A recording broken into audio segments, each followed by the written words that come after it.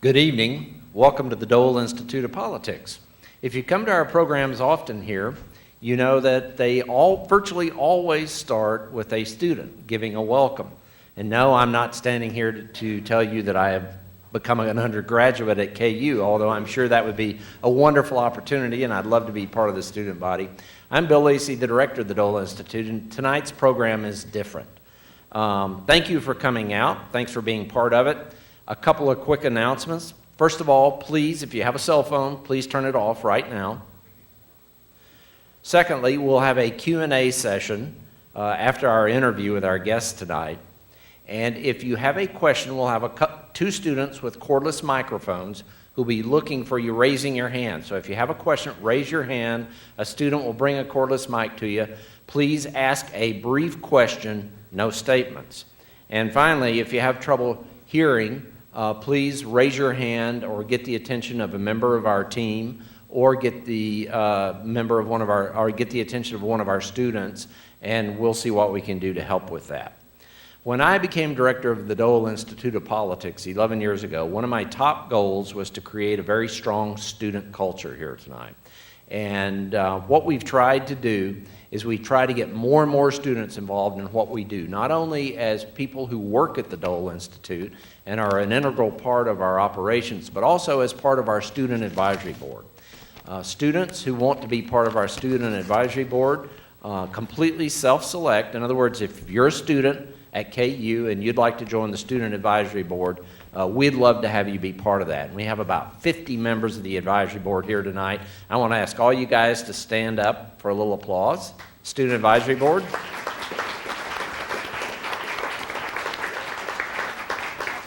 Thank you. And if you're a student at KU and like to be part of this group, all you got to do is email Mr. Montgomery or email the Dole Institute, and we will sign you up, and you'll get all kinds of neat opportunities to meet special guests that come to the Dole Institute, to interact with them, and it's a great opportunity for you. The student culture at the Dole Institute, really, if I had to name one thing that I'm most proud of in my time here, is that thing, because we've gotten students really deeply involved in everything that we do. And this program tonight is an illustration of that. And frankly, it's one of my favorite programs every semester because, to be honest, I don't have a whole lot of work to do tonight. I get to enjoy the discussion instead of have to sit up and manage it. And that's really delightful. I want to turn it over to our Student Advisory Board coordinator in just a moment to introduce our guests and conduct the program. But I do want to say this about Alex Montgomery. Alex has been with the Dole Institute and the Student Advisory Board for 3 years. Did I say something funny? For 3 years, and he has really done a tremendous job this year in building up the SAB, in helping us reach more and more students. I was just telling him a few minutes ago, we had a huge group of students at our dinner tonight. We have so many freshmen and sophomores, and that's just a wonderful sign for us because what it means is we're getting to students when they arrive at the university, and we're showing them the importance of being involved in public service and civic participation, and teaching them that it's okay to disagree on important issues. And that's what you'll be hearing tonight, disagreement and some agreement, of course, on a very important issue. But to run the show tonight, I'd like to turn it over to our Student Advisory Board coordinator for this year, Mr. Alex Montgomery. Alex?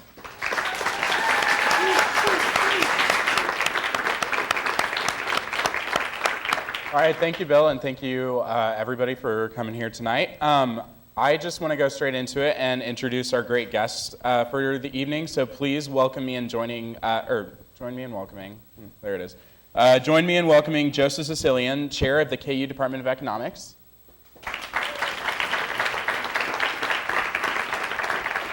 And Arthur Hall, Executive Director for the Center of Applied Economics at the KU Business School. So just to kind of get a feel for what we're talking about tonight, I want you to both tell us in your words, what is income inequality? Well, income inequality, technically there's a measure called the Gini coefficient, which is a statistical measure that is a ratio between 0 and 1. If the ratio is 1, that means one person has all the income. If it's 0, it means all of us have exactly equal incomes. Now, I don't know what the right ratio between 0 and 1 is, and so I don't necessarily know what income inequality is, and I wouldn't trust anybody if they told me they did know what the right level of income inequality is. I can tell you, based on a quick Wikipedia check, that the Gini coefficient for income in the United States based on Census Bureau data is about 0.4 to 0.5 since the 1940s. It fluctuates, but it's about it. So that's what I think income inequality is. I did want to spend a minute talking, though, about why I think what is income inequality might not be as good a question as what is income. One of the reasons that the income inequality debate has sort of ramped up in recent times is a set of economists have used income tax data to measure sort of the distribution of income. And they have decided, they've come up with a startling fact, and it's been repeated a lot in the media. And I might not have this quite right, but they are claiming in the last 30 years that the top 1% of income has captured 90% of all income earned in the last 30 years. Now, that's a startling fact, and I think if that's true, that's certainly income inequality. But I want to talk about the definition of income, which can get very wonky very fast. But I do want to point out to you who are trying to learn about this issue how the measurement of income matters. And if you use income tax data to capture what is income, you can mismeasure income at the lower end. And of course, if you're mismeasuring income at the lower end, you don't necessarily have a good feel for what the distribution is. So let me give you 3 examples. If you use income tax data, you get lots of people, like for all you students, if you have a part-time job, you might be in it. I have 2 adult children, and they had part-time jobs last year. They made enough money that I had to file an income tax for. So our household went from being one family to 3 tax returns. 2 of those tax returns are very low income because they're just students with part-time jobs. Now that's in the data. If you look at 2012 income tax data, you will find that about 11% of people had 0 income, or taxpayers. About 25% of taxpayers had less than $25,000 in income. If you adjust for all of the types of people that might not make a lot of sense for, you can eliminate up to 30 million tax returns out of the data years. So for example, if you look at the bottom fifth of income as it relates to the income tax data, you'll get an average income of $2,000. But if you look at income a different way and you adjust, you can get an average income of $24,000. Huge difference. You can live on $24,000. You can't live on $2,000. That's part one. Part two is, I, like most taxpayers probably here, I get a ton of my compensation in the form of benefits. Health insurance, 401k. None of that hits the tax returns, right? So that's not being measured. And then the third item relates to the second one, in that in my retirement savings, all my interest income, all my capital gains, all my dividends, that never sees the tax return, right? But for very high income people, they can't take advantage of these retirement accounts like we can. So proportionally speaking, it looks like they have a lot more interest in dividend income because mine's not being counted and a lot of theirs is. So there's real problems in how you measure income data, and I'll leave it at that.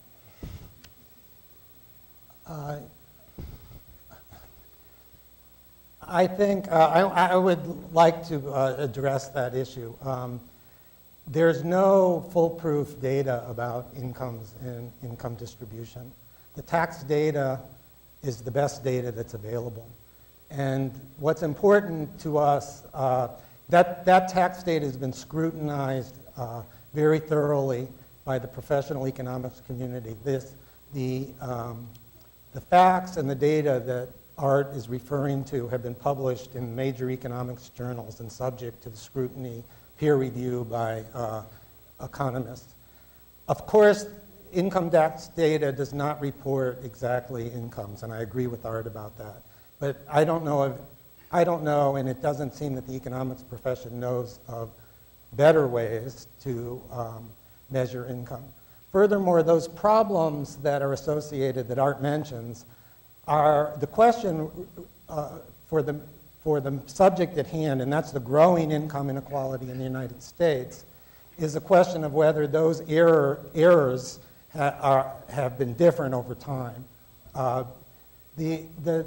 Some of the key facts that Art referred to are the following, that I'm not sure where Art got what the statistics about 90%, 1% of the 90% of income went to 1% of the people are. The facts that the income tax data tells us is currently the top 1% of income earners in the United States are earning about 20% of total income. So the top 1% of income earners are earning about 20% of total income. Now, is that a lot? Well, when we describe income distribution, there's a lot of parts to it. There's how much does the top 1% make, how much does the top 10% make, how much does the top 1/10 of 1% make, how much does the bottom 20% make. But the public's been focused on the top 1%, and since we can't keep track of lots of statistics tonight, perhaps, I think it may not hurt to focus a little bit on the top 1%. So the top 1% in the United States is currently earning about 20% of total income, according to the tax statistics. There's also, as an aside, many reasons to believe that income at the high end is not as fully reported as income in the middle and at the low end. Art gave a reason that maybe it would be reported less, but there's many reasons to believe high income people may be able to avoid taxes more readily than many middle income people. But we're just going to use the best statistics that are available. It says that currently the top 1% of income earners are earning somewhere in the range of 20%. We're not going to make a fuss about whether this is 18% or 20% or 22%. We don't know with that kind of accuracy. But we'll say somewhere in the neighborhood of 20%. Well, in 1980, the top 1%, and I'm going to use the word only in the next sentence in a way that's going to offend some people, but I'll tell you that in 1980, the top 1% of US income tax earners, using the same data, the same source of data, earned 8% of total income. So that number in 30 years has increased from 8% of total income to 20% of total income. That's a very, very big increase in a very, very short period of time. And that's the subject that we're hearing about so much that's part of the subject that we're hearing about so much in the news. We could also look, the amount of income earned in the top 10% has grown a lot as well, less though than the top 1%. The top 1/10 of 1% has grown even more. These numbers become more and more startling the further we move up on the income distribution.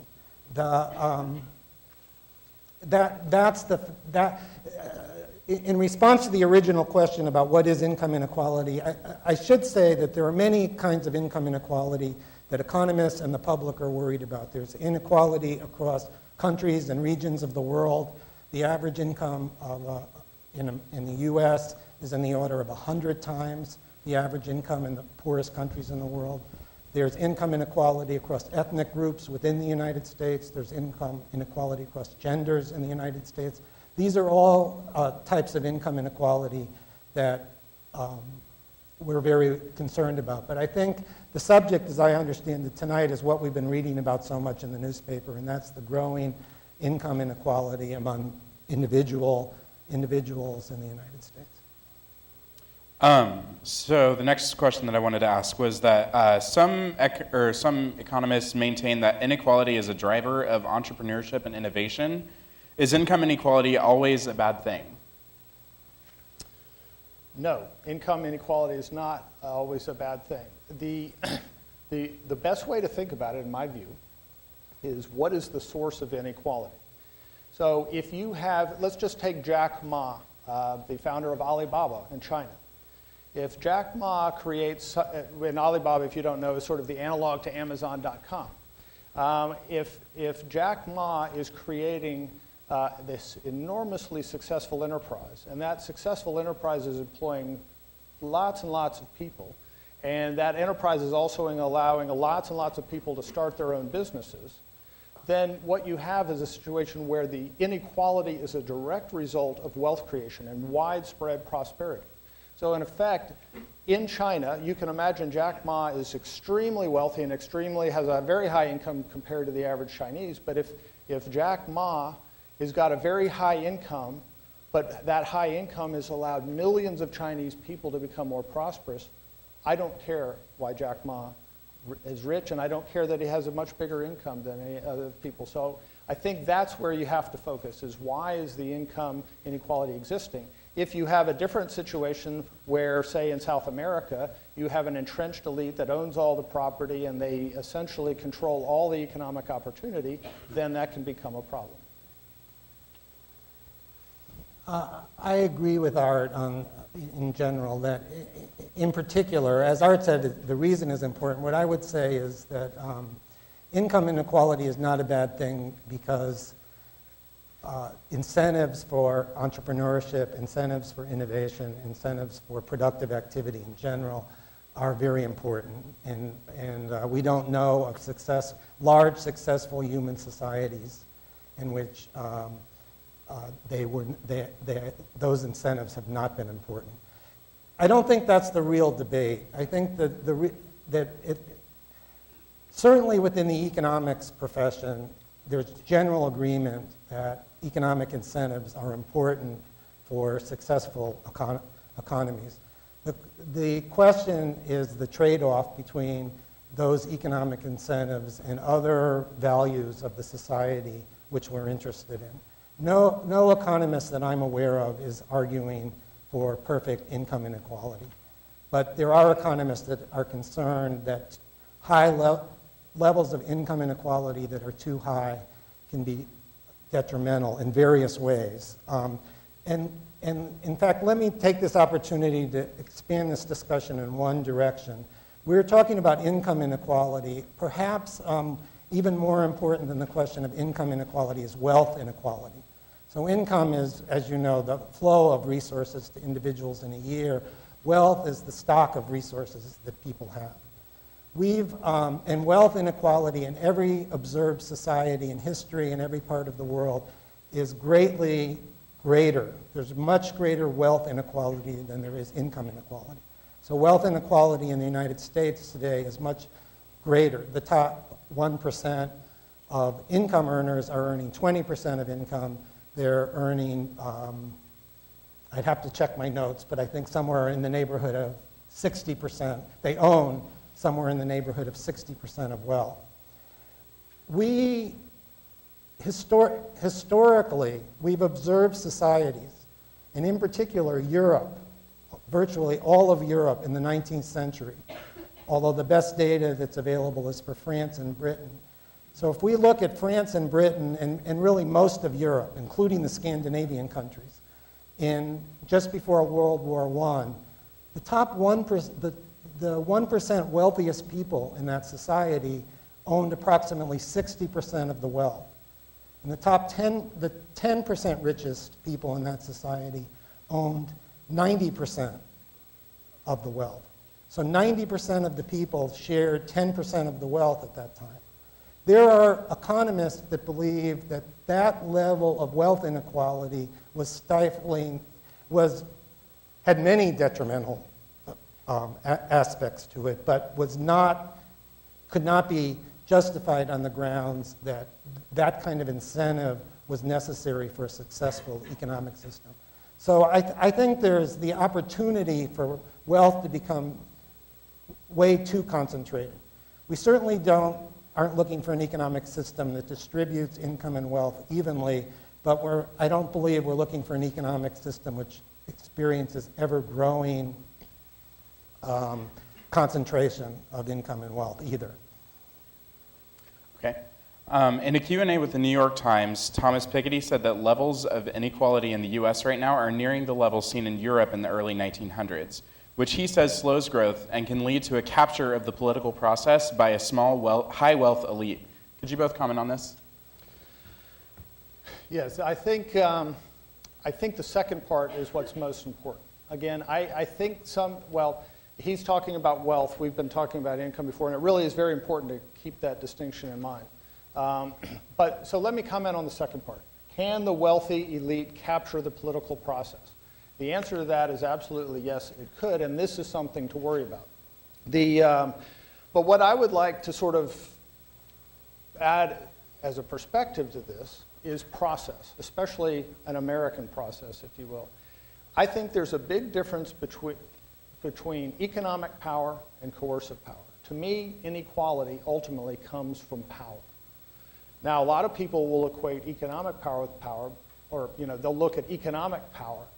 But for me, the power of coercion is real power. Let's call it police power, the power to seize someone's assets, the power to put someone in jail, the power to apply sanctions to economic activity that you don't like. That's real power. The danger for inequality is when you fuse economic power with real power, coercive power. Economic power without coercive power is pretty benign. So think about Microsoft in the mid-'80s. Most of you, your students especially, were very young and you won't remember this, but a lot of the world was freaking out that Microsoft was going to take over the planet because they were so economically powerful. Now, I chose that example because all of you know now, 20 years later, that no one's worried about Microsoft taking over the planet. Yes, they're still a very wealthy company. Yes, they still have a lot of economic power, but that power is all in the service of creating wealth for customers, okay? So that type of power is not nearly as important. Let me sort of give you an example of what I think could be power, the type of power Piketty's talking about, and how the political process and my distinction between economic power and coercive power work into that. I want to use as an example the current proposal to regulate the internet. Okay, so if you're not aware of this, there is a proposal that would apply certain telecom regulations from the 1930s to the internet. Okay, so the way this would work is, suppose you as an entrepreneur wanted to come up with a service, you're very bold and ambitious, you want to come up with a service that competes with Facebook or Netflix. In the world of the internet that we've been used to, the economic world, you would start your service, you would try to entice customers away from Facebook or Netflix, and as long as you had a better product, you could get income from that, and you would be sort of stifling or moderating the economic power that Facebook and Netflix currently enjoy. If the internet regulations go in as they've been discussed, and they are applied like they were applied in the past, you would now have to go to the Federal Communications Commission and get permission to start your business. Now, what that will do is set up a dynamic where you have to deal with coercive power in order to get your economic power compete with economic power. And so now the process that you've set up a dynamic where you, the entrepreneur, are going to have to go get permission, and the current economic powers can use the coercive power of the gatekeeper to say, no, these people shouldn't be allowed to start this business. So we're going to keep them down. They'll spend their resources trying to keep you out of their market. And you'll have to use all of your resources, much of your resources, to try to lobby the government, try to get lawyers, in order to get permission to challenge the economic power of these people. And what are the odds? The odds are the current economic power is going to stifle the new economic power, the ability to draw it down. And I think this is a very important point, because it's a two-way street. You can be sure that there's a lot of very smart people who are very interested in controlling that gatekeeper function. And you'll have to go through them to get what you want. And they're going to try to now draw economic power from you and everyone else in order to allow the coercive power to go your way, right? So there's a big difference between economic power and coercive power. When you marry economic power with coercive power, we often call that crony capitalism. And crony capitalism is a detrimental economic ingredient. It stifles economic opportunity, and so it could, in fact, add to inequality. But my major point here is notice it's a two-way street. People with economic power can certainly seek coercive power, but people with coercive power can certainly seek economic power. And you want to make sure that that combination doesn't exist. Yeah, thank you. The question said, remarked that quotes Piketty, and said Piketty says the U.S. has returned to the level of income inequality of Europe in the early part of the 20th century. And that's just about right, that the income inequality that I mentioned of the top 1% earning 20% of income is just about what the data indicate was the case in France and England in 1910. However, the United States has not returned to the level of wealth inequality that existed in Europe at that time.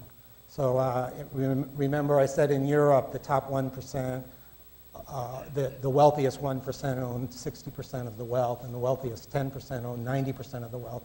In the U.S., we're still quite a bit below that. The top 10% own only about 70% of the wealth.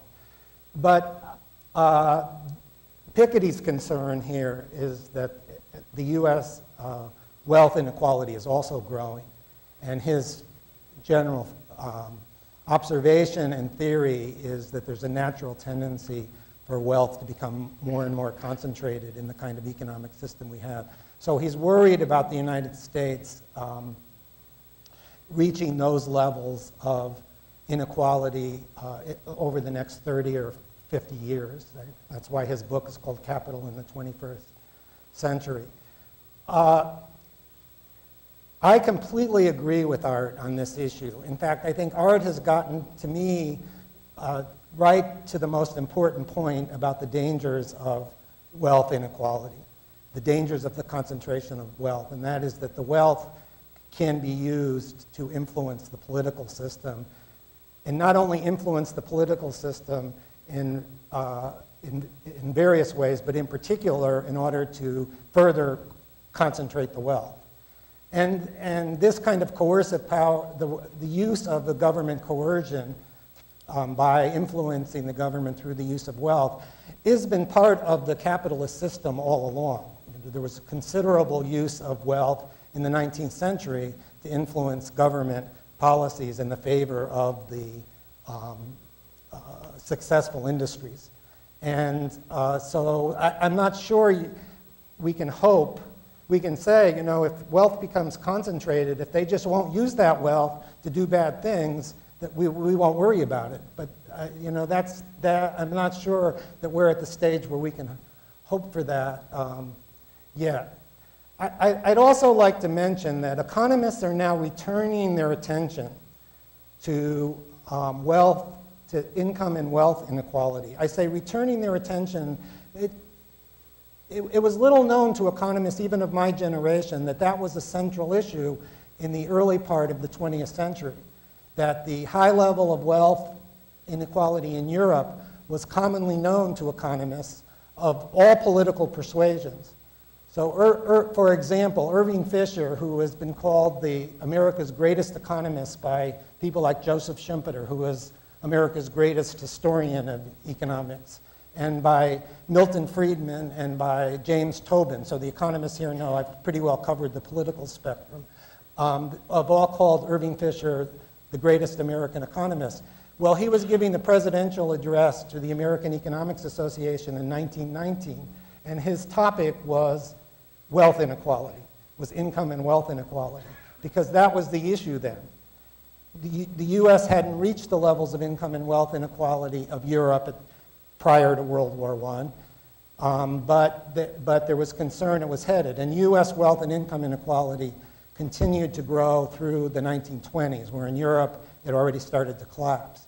Now, in Europe, the wealth was annihilated in the 20th century. Between 1914 and 1915, there was an enormous loss of wealth. A third of it or so just due to destruction from the wars, but others due to the Depression, to the low savings rates, due to government policies that discouraged wealth creation. So there was an enormous collapse of wealth and an enormous decrease in the level of wealth and income inequality that continued, and that decrease remained fairly constant after World War II through about 1980. And it became a common wisdom in economics that as the economy progresses, inequality will be reduced. So the first student of inequality in American economics, a Nobel Prize winner, Simon Kuznets, studied the issue of income inequality. He was the first to use income tax data to study income inequality. And he concluded from his observations that the natural cause of capitalism was for inequality to increase at early stages and then to decrease as a capitalist society became more mature. Well, that's what he observed. Wealth inequality was decreasing through the middle of the 20th century, in particular between 1950 and 1980. Now, since 1980, wealth inequality has started to grow again in the United States very rapidly. Not so much in other countries, although in the other English-speaking countries to some extent. England is in second place in this regard in the world, but not so much in continental Europe. Inequality has not been growing in the last 30 years. But in the United States, it's been growing, and now economists across the political spectrum are again returning to the issue of high levels of wealth and income inequality and the potential societal, political, and even economic problems that it causes. So branching off that question with Piketty, what is your reaction to the economists recently referring to Piketty as the modern-day Marx? Well, I don't know exactly what to say about that. So what's interesting, I read a little bit about Piketty, and he grew up in a milieu of being concerned by income inequality. He's been studying income inequality for 30 years. He's obviously looking that he's obviously a very sharp guy, but he could be a sort of a hammer in search of nails also, and that's the Marxian part of it. Although, what's interesting is he is now, like all great scholars, he's done his job. He's thrown a big issue out there. It's gotten a lot of reactions. A lot of people are responding to his work probably in ways he hasn't anticipated. He's now talking back. So I think, he has put his finger on an interesting question, but Marx sort of had this idea that there were these global economic rules. And Piketty is sort of trying to come up with these general rules for the economy. And I'm not sure that you can do that. I think the economy is too dynamic for that. But in terms of is he the modern day Marx, I don't know really what to say about that. I think I could say that Piketty wouldn't be completely offended by that remark. But and I agree with Art that there are some aspects of Piketty's approach that are similar to Marx, but also similar to Thomas Malthus and David Ricardo. They were, and Marx, who were all looking for forces in the capitalist system which will help to forecast long-term developments. And Piketty has done that. I mean, Piketty does have a theory of forces in the capitalist system which he predicts work towards the concentration of wealth. He doesn't say that those are the only forces. He says that this is a force. His theory of the growth of capital relative to the growth of the economy is a force operating in the direction of the concentration of wealth. But he says there are many other forces that influence outcomes, and in particular, institutional forces, government policies, and so forth influence this outcome. He points out the errors that Marx made. I might mention Marx in a different context, and this is purely my own sort of point of view, but if we talk about what the problems of income, of highly concentrated wealth or of high levels of income inequality are, I'd like to suggest that Marx was a problem that was caused by high levels of wealth inequality. Right? You know, the economy developed,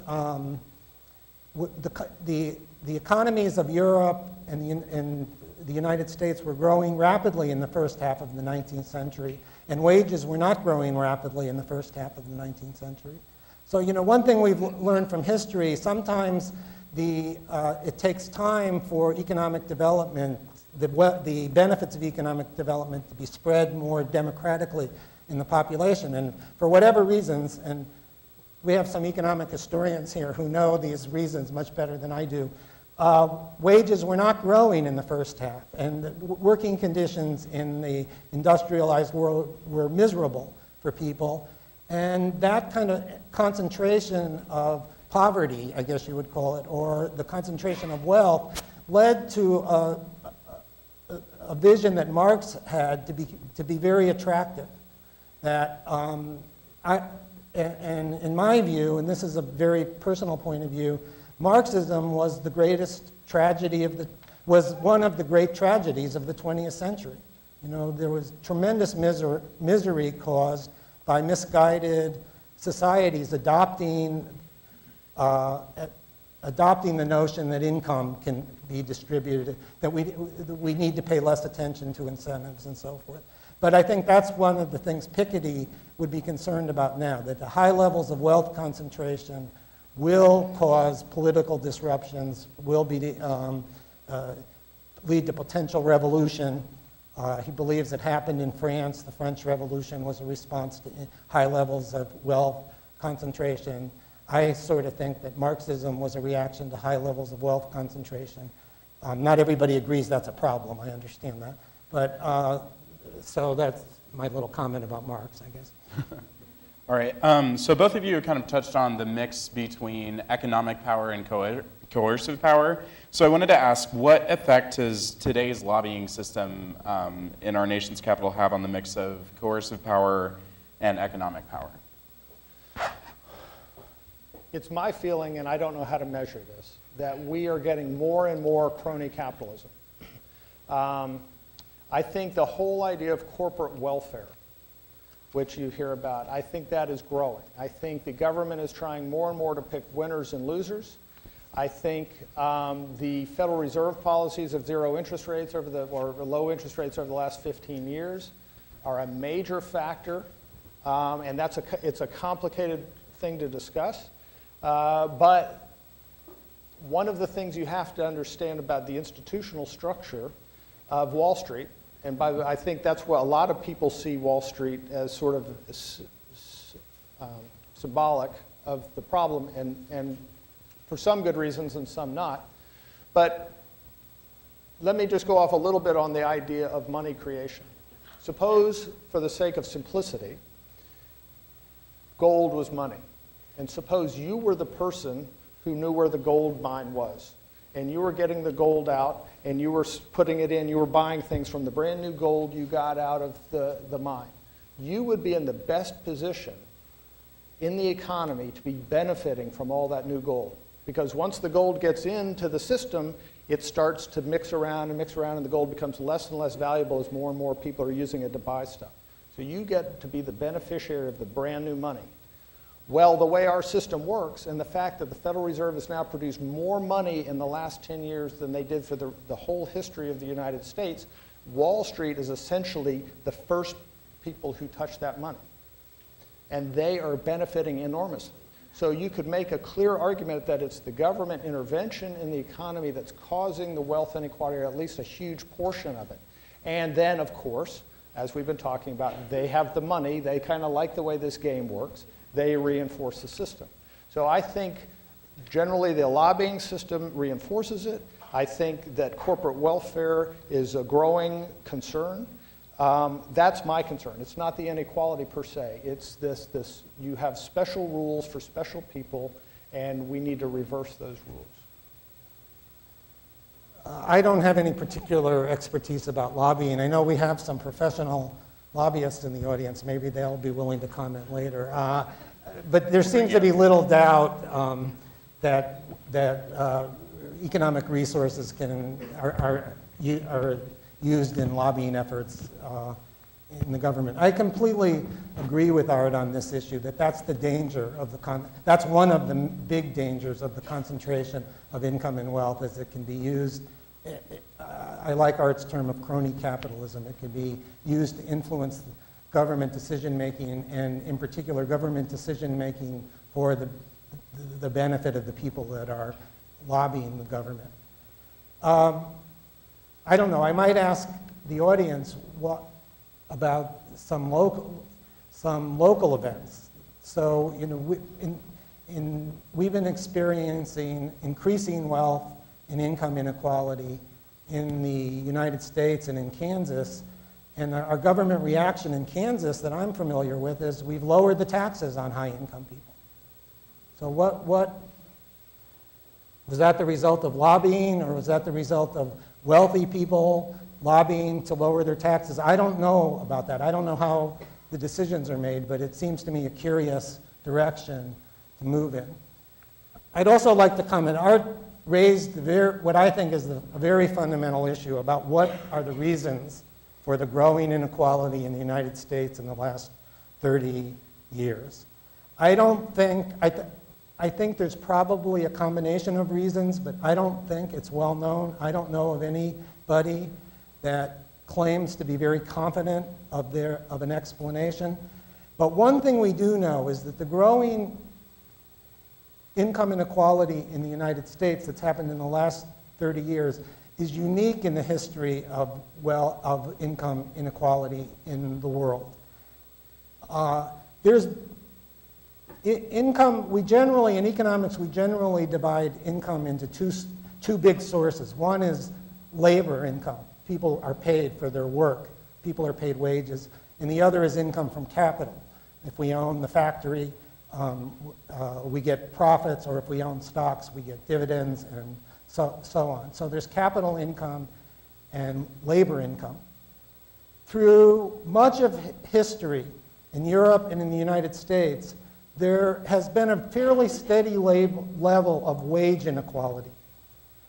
The difference, of course, wages are not, I'm not saying that wages are equal. I'm saying the level of inequality has remained relatively constant. And what's changed dramatically across societies and at different points of time is more capital income inequality.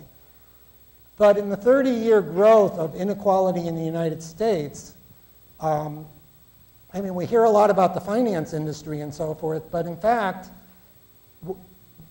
2/3 of the growth in inequality that have happened in the last 30 years has been in wage inequality. The U.S. now has the highest level of wage inequality ever observed in any country at any time. It's high wages and mostly corporate management that have grown so fast and so high and seem to be continuing to grow. And I don't know what the explanation is. I'm very curious to know what the explanation is. But all the data we have indicates that that's the fact of the situation. Okay, so I want to ask one more question before we open it up for audience Q&A. I lost my question. Oh, I found it. How do you both see this issue affecting millennials as we exit our schooling and enter the labor force? I think there's sort of two parts to that question. First, we haven't discussed it yet, but age. Age is an incredibly important part of the inequality and wealth inequality or wealth inequality argument. And it's one of the more neglected aspects of it. All of you are young people. You're about to start earning income as you get out in the labor force. I think most of you will probably have fairly good prospects. The data shows that income through your 20s and 30s will grow. It'll sort of start to slow down and maybe plateau in your 50s, and when you're tired, sort of dips, okay? But if you look, one of the very important things as you're a consumer of this information is that when you read about this debate in the media, it makes it sound like the top income groups and the bottom income groups and the middle income groups, it's a static set of people, and it's not. You can certainly have the same people in those income groups over long periods of time, but it's incredibly dynamic. When you look at actual real people rather than just staring at these income brackets, what you find, let's just use a University of Michigan study, started in 1975. 5% of the people in the bottom fifth were there 25 years later. 29% had made it to the very top income quintile. So there is a lot of dynamism, and age is a fundamental part of that. Also, age is a fundamental part of the income inequality debate because we are transferring a lot of money to the elderly. You young people are going to be transferring a lot of your wages to the elderly in the forms of government transfers. That's going to affect what's going on. But I still think, in fact, the promotional material for tonight's set is America still the land of opportunity? I think the answer is yes. And you will probably find that you have good opportunities. This whole crony capitalism thing is an issue, but one other issue that I think is important is the idea of globalization, and we hear that term a lot. However, I think this is an incredibly important, and this might address part of the wage inequality, and it's only just a part. This is a very complicated issue, as we've discussed, but the whole idea of globalization is related to the improvement of people around the world. So I think that not only is America the land of opportunity, many other countries are becoming the land of opportunity. In fact, in the last 30 years, over 1 billion people have emerged from poverty, the way the World Bank measures poverty. And I'm much more interested in that and think that will be the story of the next 50 years more than this inequality issue. And in fact, if that's allowed to continue, and it does continue, then as these folks get richer and richer and richer and we don't close down our borders and we're open to free trade and we're open to markets, all of the wealth that they're generating is going to become opportunity for you. But at the moment, we're sort of at an inflection point. And it is fair to argue that the low incomes and the low wages that a lot of these folks in other countries get is competing away opportunity for people in the United States, particularly like old-style manufacturing and things like that. But it's a transition point. And as Joe sort of mentioned earlier, you can get transitions that are decades long. And so people who wring their hands over these things can wring their hands for an entire academic career wringing their hands over this stuff. But the real world is catching up and it's self-adjusting all the time. And so I think that's an important perspective. Do we have a minute for a not-so-serious answer to the? Absolutely. Since I don't have a good answer, I think. But you mentioned Piketty. And Piketty and a student, and I'm sorry, I forget the student's name, remarked one thing he liked about Piketty is Piketty refers to literature. Very unusual for an economist to refer to literature. And he refers a lot to Jane Austen and Balzac for understanding 19th century French society. So, and I have to apologize now to the students of French. In particular, he tells a story from the novel by Balzac, Pierre Goriot. It's not the correct French pronunciation, but the gist of this story is that we have this young, ambitious young man coming to Paris to study law and wanting to make his way in the world. And he encounters an old crusty, what turns out to be a criminal, but he didn't know it at the time, who's giving him advice. And they're both living in a boarding house in which there's a young lady who was interested in Rastignac, the young lawyer. But Rastignac was interested in a different young lady. But so the villain, Vautrin, talks to Rastignac and said, "What are you doing studying law?" "Well, I'm interested," and Rastignac goes through a litany of what possibly could be accomplished from your study of law. And it isn't much. If you're really lucky, you'll eke out a miserable living. The way you need to make your way in the world is to return the affections of this young lady because her father is a member of the 1%. Her father is the landed aristocracy. Now, there was a slight problem with this, is that this young lady had an older brother, and in France at that time, the entire inheritance would go to the older brother, so he had to be killed first before this plan would work. But this is the story. So this is the way Piketty envisions 19th century Europe. This was life.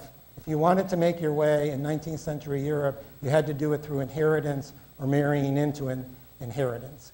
And this is a little bit of his concern for the future of the 21st century in countries like the US, where the concentration of wealth is growing again.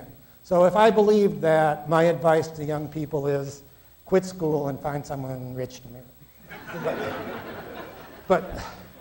But that's not my advice, and I actually agree. We are not Europe at that time. I don't know if Europe at that time was as bad as Piketty seems to think it was. But we're certainly not in that situation. There's a lot of opportunity. I've met several very ambitious and bright and eager students tonight. So I don't even think I have advice for them. They already know what they're doing, and they're doing it very well. And they have a lot of opportunity in this society. I think, again, I agree completely with Art that whether or not there's less opportunity for people to advance now than there was when I was your age or my parents were your age, I don't know the answer to that, how much more or less opportunity is. But whether or not there's less opportunity, we can do what we can do, and what we can do is best prepare ourselves. And the best preparation, of course, I'm biased in this, is through education. And education a little bit more widely. Try to use the resources, our intellectual resources, to see what will be successful for us in the coming century and to pursue that. I also think there's room for us at the university to do a better job of figuring out what those things are, how we can better advise students about how they can prepare themselves for the 21st century. What I've only come to realize fairly late in my career here is, unfortunately, we're not really in that business. We don't spend a lot of time figuring out what's best for our students in the future. We spend a lot of our time trying to convince students to do what we are offering them. So my advice is to become, to students, was to use some of your time and intellectual power to analyze that situation. What kind of future do I want, and what are the opportunities I could best pursue to achieve those goals? And to not listen too much to the general platitudes we hear about any kind of education is equally good for preparing us for the future.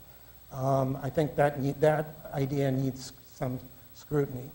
I guess my second little piece of advice is to remain politically involved and active. As Art has very eloquently said, that economic power can be translated into coercive power through the government. But the top 1% of wealth holders, the top 1% of income earners are still only going to have 1% of the vote. And I'm not naive enough to say that means they have no more power than the bottom 1%. We know they can use that power to influence the political process. But the 99% can also use their power to influence the political process. And I know many of you are already, I've seen pins today indicating you voted today. You're probably one of the 10% of the voters that voted today. And so I think many people here again are already on that path, but I think that's important for the future as well. Well, I think my new favorite Dole Institute quote might be quit school and find someone rich to marry. So with that, we'll turn it over to audience question and answer. If you have a question, please raise your hand. Christina. Earlier, you addressed the failure of Kuznets' curve post-1980 and extensively Piketty's work on capital, but you didn't really answer what I feel like is the main thrust of his work, which is the importance of wealth inequality over income inequality. So my question is, now and going into the future, which one do you think plays a greater role in the gap between the poor and the rich that we currently see? And is wealth inequality the true answer to this unique rise in inequality we've been seeing since 1980? Wealth inequality and income inequality are highly related to each other. It's always the case that wealth inequality is greater than income inequality. But the concentration of wealth inequality, in my opinion, is the bigger problem if what you're focused on is the use of wealth to achieve coercive power through the political system. High levels of wealth are the most powerful tool in that regard. But wealth inequality, first of all, it produces inequality because wealth produces income. And what might be going on in the United States now for the first time is that growing income inequality in the form of growing wages will produce higher wealth inequality because corporate managers that are making 7- and 8-figure salaries, and there are significant numbers of those now, will be acquiring wealth over the course of their working career. And presumably, some of that wealth will be inherited. And the slow growth of wealth concentration over time comes to a large extent through inheritance. I have a question over here. My question is for Dr. Art Hall.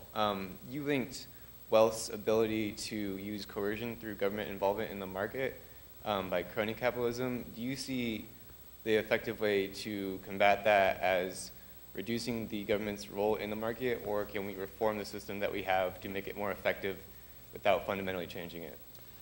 I think I'll go with Joe that being involved in the political process matters. I think if one step we could take is if you just say we're not going to allow corporate welfare anymore, right?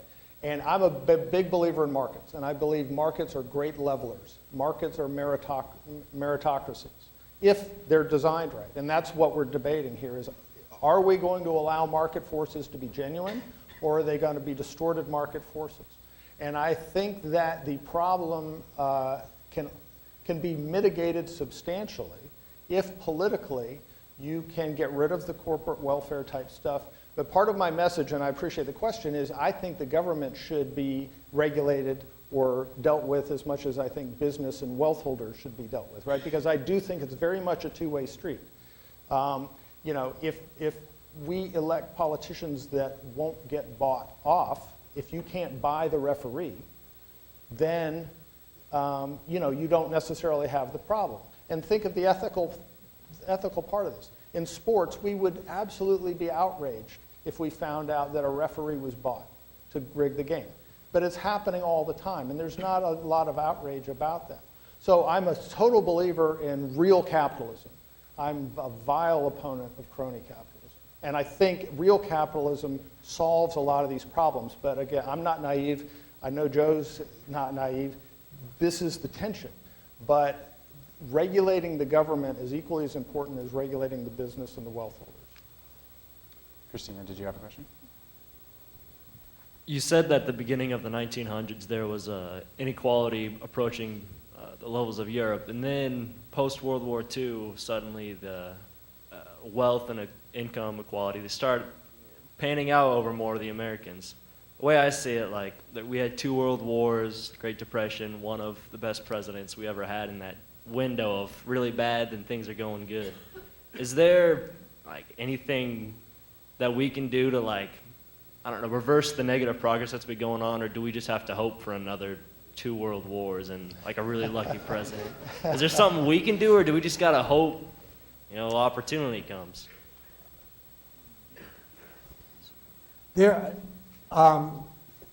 It's true that we don't want to depend on wars to reduce the level of inequality. Are there things that can be done? I think the answer to that depends on what you believe are the causes of growing inequality. One fact of the matter is that the income inequality and wealth inequality is influenced by institutions, it's influenced by laws, it's influenced by the tax structure. And so there are certainly things that can be done. We've been moving in the opposite direction, but inheritance, wealth, estate taxes could be increased that would have an effect on the growth of wealth inequality over time. Income taxes could be increased again at high income levels. For the first time, we could start taxing wealth directly. There are lots of things that could be done, but these are exactly, the policies I've just mentioned are exactly where the controversy is. Many people, I suspect Art might be one of them, believe that those policies will be detrimental to the economic system in general. And those are the issues we need to sort out. And the one thing I will say, we've had periods of time in the United States when estate taxes were higher, when income tax rates were higher. Now, I think Art made a very good point. Government in general was less intrusive in the economy in the times I'm going to talk about. But estate taxes were higher, income tax rates were higher, and the economy functioned very, very well. And economic growth was very strong. So there's not, as far as I know, strong historical evidence on one side or the other of this question of whether those policies that could slow the growth of wealth inequality would also slow the overall rate of growth of the economy. Let's compare Kim Kardashian with Jeff Bezos. If Kim Kardashian is very wealthy, she's just going to go around and spend it on all kinds of crazy stuff. Is she really dangerous? I don't know. I don't think so. Jeff Bezos might be one of the most forward-looking stewards of wealth concentration we've ever known. And so these kind of details matter quite a lot. And this is why I sort of go back. I'm a big process person. I think the rules of the game matter. How are the rules working? And as long as the rules are allowing people to get in the game, there's nothing about suppressing opportunity, which is very vague, and but the devil's in the details. But as long as you're allowing the opportunity for earned success, and that's really key here, because a lot of this redistributionist talk is not about earned success. It's just about simply taking and giving. And that doesn't necessarily help either. And that's where I get really worried about incentive structures. And in fact, there are folks who argue that it's part of the redistribution that has baked in the cake these sort of permanently poor people. They just haven't learned how to earn success. And it's not necessarily their fault, but it is a cultural thing. And that, of course, is a very controversial subject, but there's some very compelling evidence to suggest that's right. And one other point, Joe mentioned income tax structures and things. These things all matter. He brought up Irving Fisher, a great economist. But Irving Fisher had convinced himself that we need a consumption tax, that income taxes were not really the right way to go. And here's the simple reason why. With an income tax, if you think about growing the pie versus eating pie, right? And so if you're investing smartly, if you're a Jeff Bezos, you're investing smartly, you don't want to tax his income, his capital. You want him to have it. He's a brilliant entrepreneur. But if you have Kim Kardashian who's just running around expensive meals, buying limousine services, every time she buys something, she's getting taxed. And so Irving Fisher's idea was the best way to handle this was to have a consumption tax. And if you've heard about the flat tax, if you've heard about the USA tax, which you wouldn't have, but you might have heard about the flat tax or a national sales tax as a replacement for the income tax. These were Irving Fisher ideas, and he was thinking in terms of how do you deal with these wealthy people who aren't productive. We have a question in the back there. We've talked a lot about corrosive power. We've talked a lot about corrosive power and how it hurts our political system and our economy. But earlier, you, Dr. Hall, commented that economic power is relatively benign. But as far as I'm aware, there are many economists out there who are very worried about the concept of market power and monopolies holding large amounts of market power. I guess I'd like to hear from both of you on what you think of that. My feeling, once again, is that you might have temporary monopolies. Microsoft is a great example, which I brought up earlier. Everyone was extremely worried about Microsoft's power. I'm going to go off the presumption, which others may disagree with, but there was an antitrust case against Microsoft, and basically it was a slap on the wrist. It really didn't affect what Microsoft was up to. But just like Joseph Schumpeter would have predicted, creative destruction, the whole idea of innovation, is a decades-long process. It's not a moment in time. So when you are in your textbook, if you're econ students and you look at monopoly and you look at, hey, they price here and they're always going to have these economic profits, that is like a snapshot in time. This isn't an evolutionary dynamic. And so I think Microsoft is a perfect case of what you're talking about. As long as there's no legal protection to entrench that monopolist, and that monopolist is not holding a gun to anybody's head to buy their stuff, then what's the problem? Again, it's very important that the process allows for entry and allows competition to sort of diffuse that economic power over time, which it will, but it could be a long time.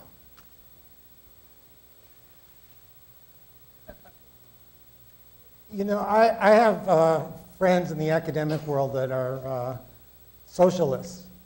And, you know, I'll argue with them, there hasn't been a successful socialist society.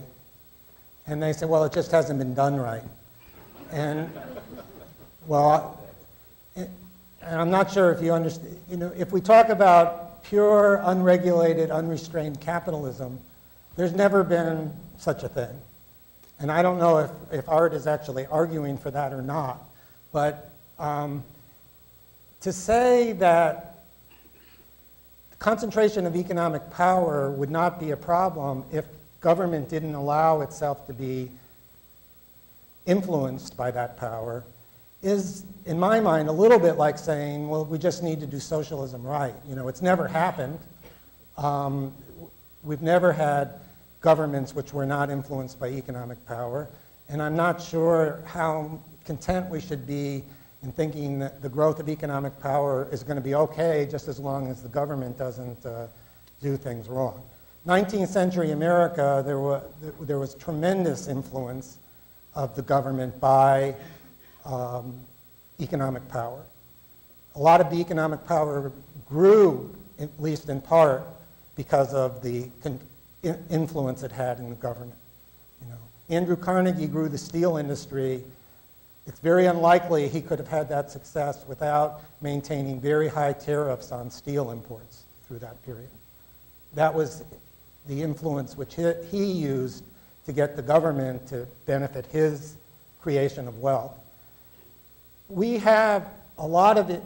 The idea that the economic system works in isolation of social and government institutions just isn't correct. So Art mentioned Microsoft. You know, Microsoft. There was no problem with Microsoft being a monopoly, and I tend to agree with that. But we have antitrust laws. Okay, it's illegal for a company to be in monopoly in the United States. It wasn't in the 19th century, but the concentration of power and the society's unwillingness to accept that concentration of power in the huge trusts of the 19th century created institutions such as antitrust laws, which influence the development of concentration of economic power. So institutions can be created. We have antitrust laws. They sometimes will inhibit economic growth. They'll prevent mergers that may be beneficial to the economy overall. But economic regulation, economic institutions which may be designed to prevent concentration should not be viewed as either all bad or all good.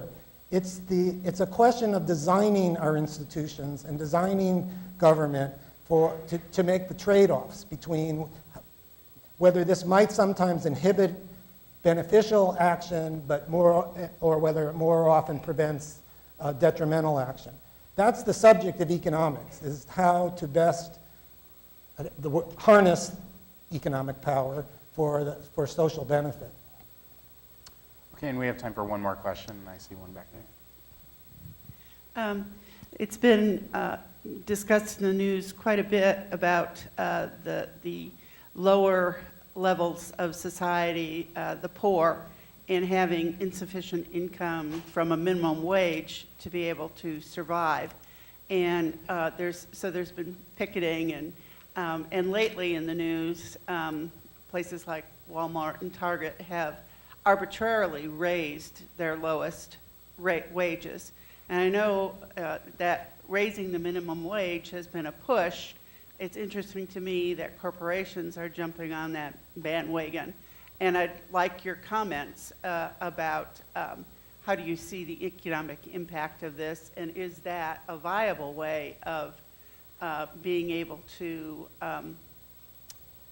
raise the standard of living of the poorest of our citizens? Could we clarify? So you want to know, is minimum wage a good policy idea to help the poor? Not entirely, because I see the impact of corporations also raising right. there, and so it's a combination of the two. Is this the new way to be able to solve some of those problems? Well, there's of course been a lot of sort of debate about why Walmart has done this, why McDonald's chose to do it. I guess I choose to believe that they're doing it because they think they have to, in the sense that they don't want to lose employees to other opportunities, and that there's more competition for labor. I have not studied the issue intently, so I'm not sure what the causal factor is behind why Walmart would do that. I don't think they're doing it because they're altruistic. I think they're doing it because they think they need to in order to retain these workers. I mean, there is a very strong link between the value that an employee adds to an operation and what they get paid. You may not like what the pay is, but there is a very strong link. And there has been debate about whether that link has been strong in the last 30 years, and there's research out there that I'm compelled by to say that yes, in fact, productivity, meaning creating more value for the same or less resources used, is a major driver of pay. And so to all the questions about what do, it's a question of how do we create policies that allow for productivity, especially for people who are sort of, these lower income workers. How do they participate in business investment that allows for a greater productivity? So that's my general response to your question. I might mention, the statistics I gave were at the high end, and we hear a lot about economic growth raising all boats and benefiting people. And again, I like to look at the two 30-year periods from 1950 to 1980. The income distribution didn't change much, which meant that, in fact, economic growth was benefiting people at all levels of the income distribution. But since 1980, the statistics I gave were at the very high end. Well, that means incomes at the high end were growing faster than average, so somebody's income was growing more slowly than average. And it turns out, at least by US Census data, if you go right down the income distribution, the slower and slower growth was at the lower and lower levels of income.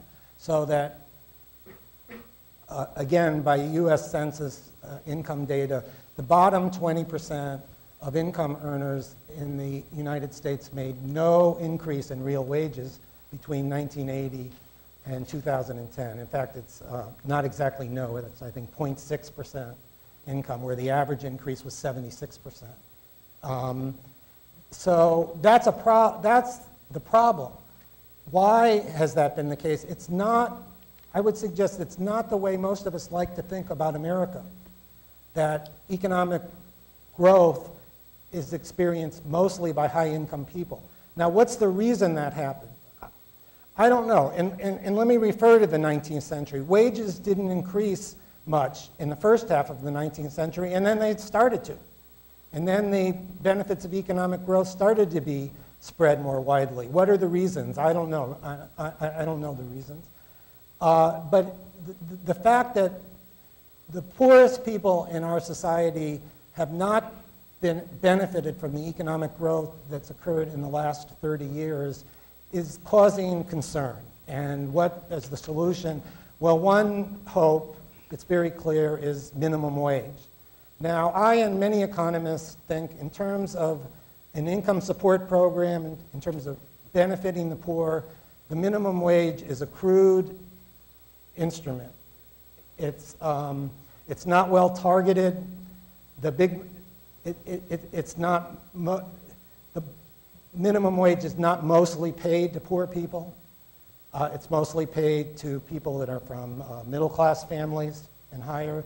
But it does benefit some poor people. You know, the big debate in economics is whether the benefits to some poor people are greater or less than the cost to other poor people who maybe can't get a job because of the minimum wage. And that is an argument that's waged for many, many years without a consensus being reached. So, but economists sort of generally agree that the minimum wage is a crude way of addressing poverty, but it seems to be politically viable. So, you know, while the economists that don't like it say, well, it's a bad instrument, the economists that like it say, well, maybe it's a bad instrument, but we don't have another instrument, so it's the best we can do at this time. If you really put me on the spot, I guess I've changed a little bit. I used to be in the category of saying it's not a good idea, but my more recent experience, if I had to make the decision, which I don't, I would be in favor of increasing the minimum wage. All right, well, I want to thank you all for coming out tonight, and please join me in thanking our guests.